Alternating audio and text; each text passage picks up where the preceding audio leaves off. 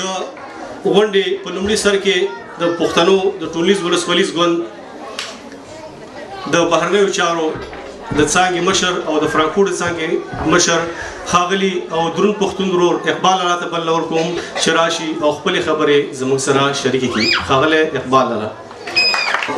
بسم الله الرحمن الرحیم. شروع کوم په هغه نامه چې مهربان او بخښونکی دی.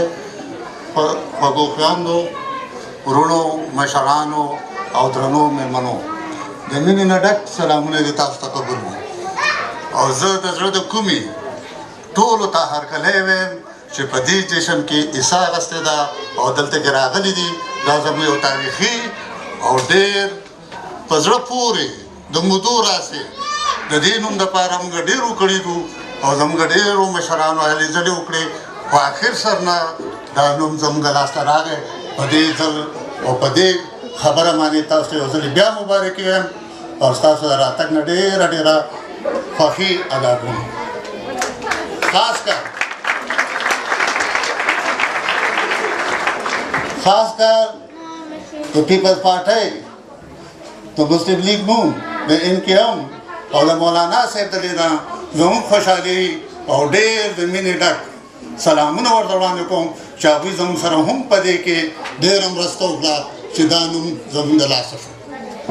ډېره ډېره مهرباني ستاسو هم.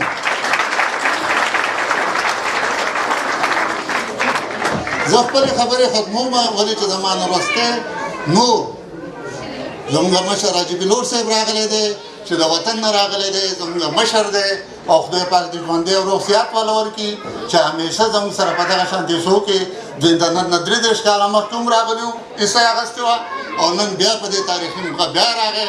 نو دوی ته د زړه د کومې هم هرکلی وایم، په خیر راغلی او خوشحاله اوسئ.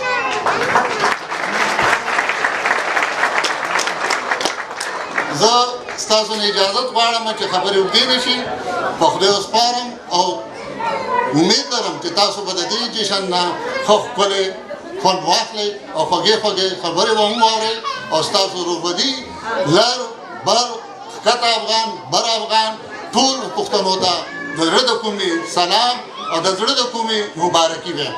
د خدای په امان.